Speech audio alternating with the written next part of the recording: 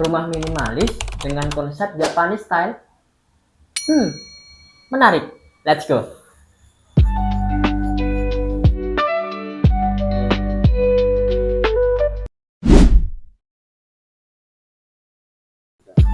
Halo sahabat Seruang, kembali lagi bersama saya Rudy dari channel Seruang, Selaras Ruang.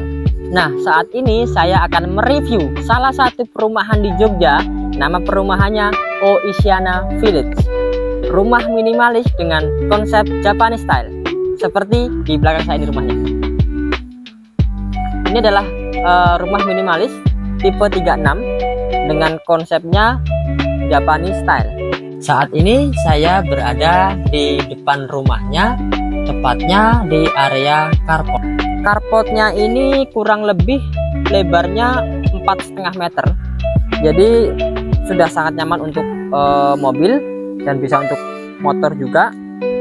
Kemudian di halaman depan juga ada tamannya dengan ukuran lebar kurang lebih di 1,5 meter. Dan yang menjadi ciri khas dari rumah konsep Jepang ini yaitu pada jendelanya. Bentuknya yang unik seperti ini dengan jendela bulat yang khas orang-orang Jepang gitu ya. Di depan ini juga ada sedikit space untuk taman juga. Lanjut, kita masuk ke dalam rumahnya. Dan ini bagian teras. Terasnya ini juga lumayan nyaman. Kalau misalnya nanti di sini dikasih seperti kursi, meja, mungkin buat santai di sore hari atau pagi hari gitu. Nah, rumah ini walaupun tipenya tipe minimalis, tetapi pintunya sudah menggunakan smart door lock. Jadi bisa menggunakan PIN, bisa menggunakan kartu identitas, KTP, bisa menggunakan kartu akses, bisa menggunakan fingerprint dan kunci manual. Nah, ini bisa sangat aman sekali. Bisa juga kita pantau dari luar rumah via handphone karena ada aplikasinya juga.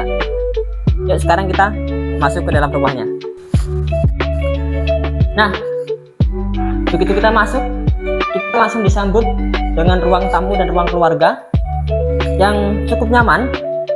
Cuma di sini yang menariknya adalah rumah ini sudah menggunakan konsep high ceiling. Nah, ini buat para sahabat yang belum tahu nih, apa sih high ceiling? Jadi high ceiling itu adalah konsep sebuah bangunan, terutama rumah atau tempat tinggal, itu langit-langitnya dibangun lebih tinggi.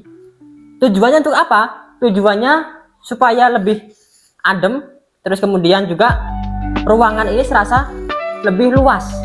Nah, ini karena juga jarang perumahan-perumahan terutama yang konsep-konsep minimalis seperti itu yang menggunakan high ceiling. Ini cukup menarik ini.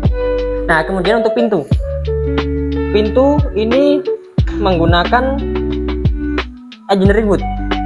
Ini juga mungkin para sahabat Seruang banyak nih mungkin ya yang belum tahu apa sih engineering wood, karena sekarang hampir semua perumahan-perumahan yang baru itu rata-rata mereka menggunakan engineering wood, bukan lagi menggunakan kayu solid. Nah, di sini saya jelaskan sedikit tentang engineering wood.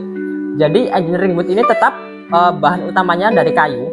Jadi bahan utama dari kayu, kemudian kayunya diolah, kemudian disusun dan diberi lapisan veneer atau HPL sehingga warnanya lebih mengkilat.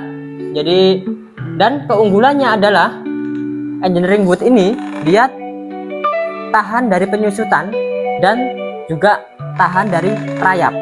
Jadi lebih cenderung lebih tahan lama ya dibanding dengan kayu-kayu yang biasa, kayu solid seperti itu.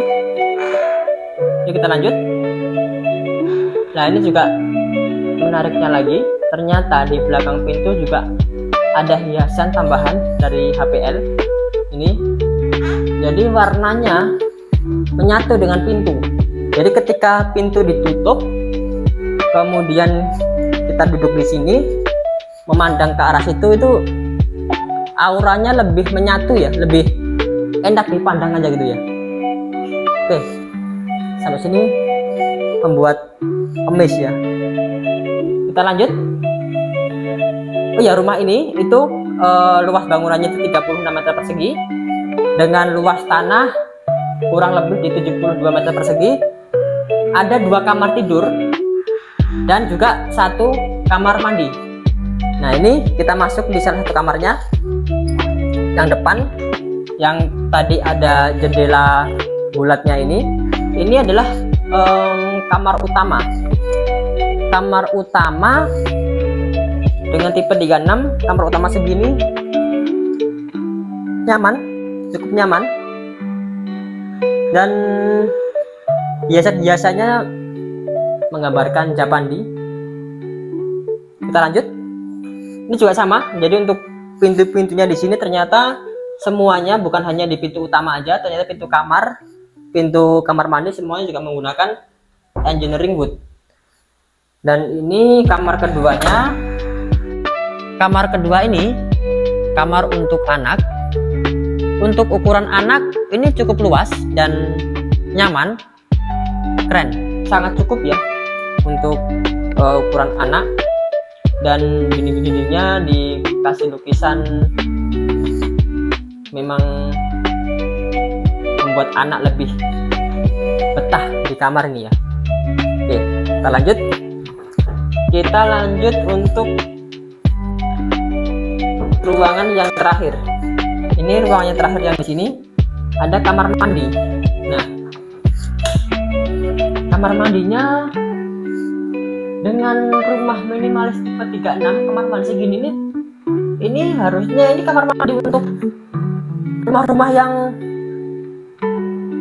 yang besar ya, tapi ini ukurannya sudah sangat nyaman. Ini kamar mandinya sangat besar, sangat luas ya. Tidak ada showernya, kemudian ini juga udah double, jadi ini ada hand shower dan head shower.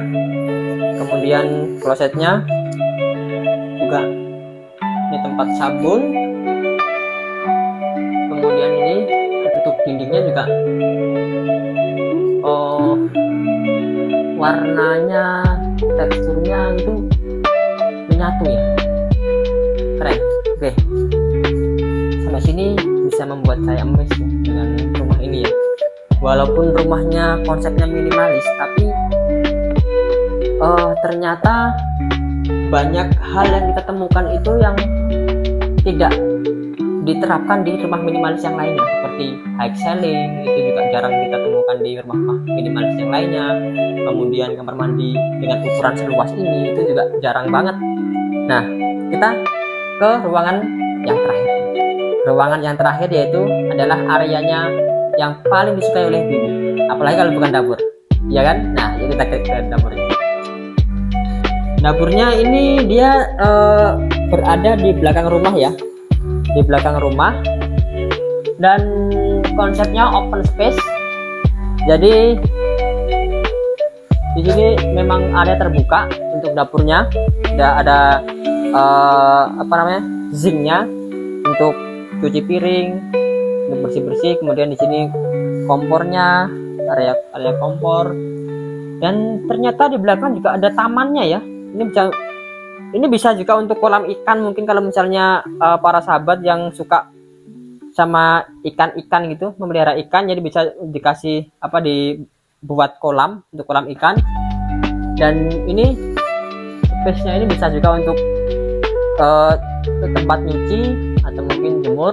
Cuma kalau mungkin lebih bagusnya lagi buat para sahabat, kalau misal punya rumah seperti ini konsepnya, mungkin bagusnya yang belakang sini dikasih tambahan kata temper, jadi supaya kalau hujan tidak kehujanan dan tetap cahaya matahari tetap masuk ke dalam ruangan area sini. Jadi bisa kalau misalnya kita jemur pun juga tetap kena sinar matahari dan nggak gelap gitu ya.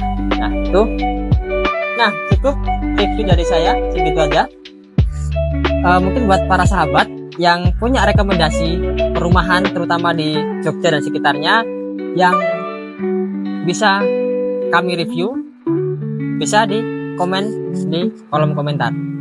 Sampai jumpa di video-video berikutnya. Salam seruang.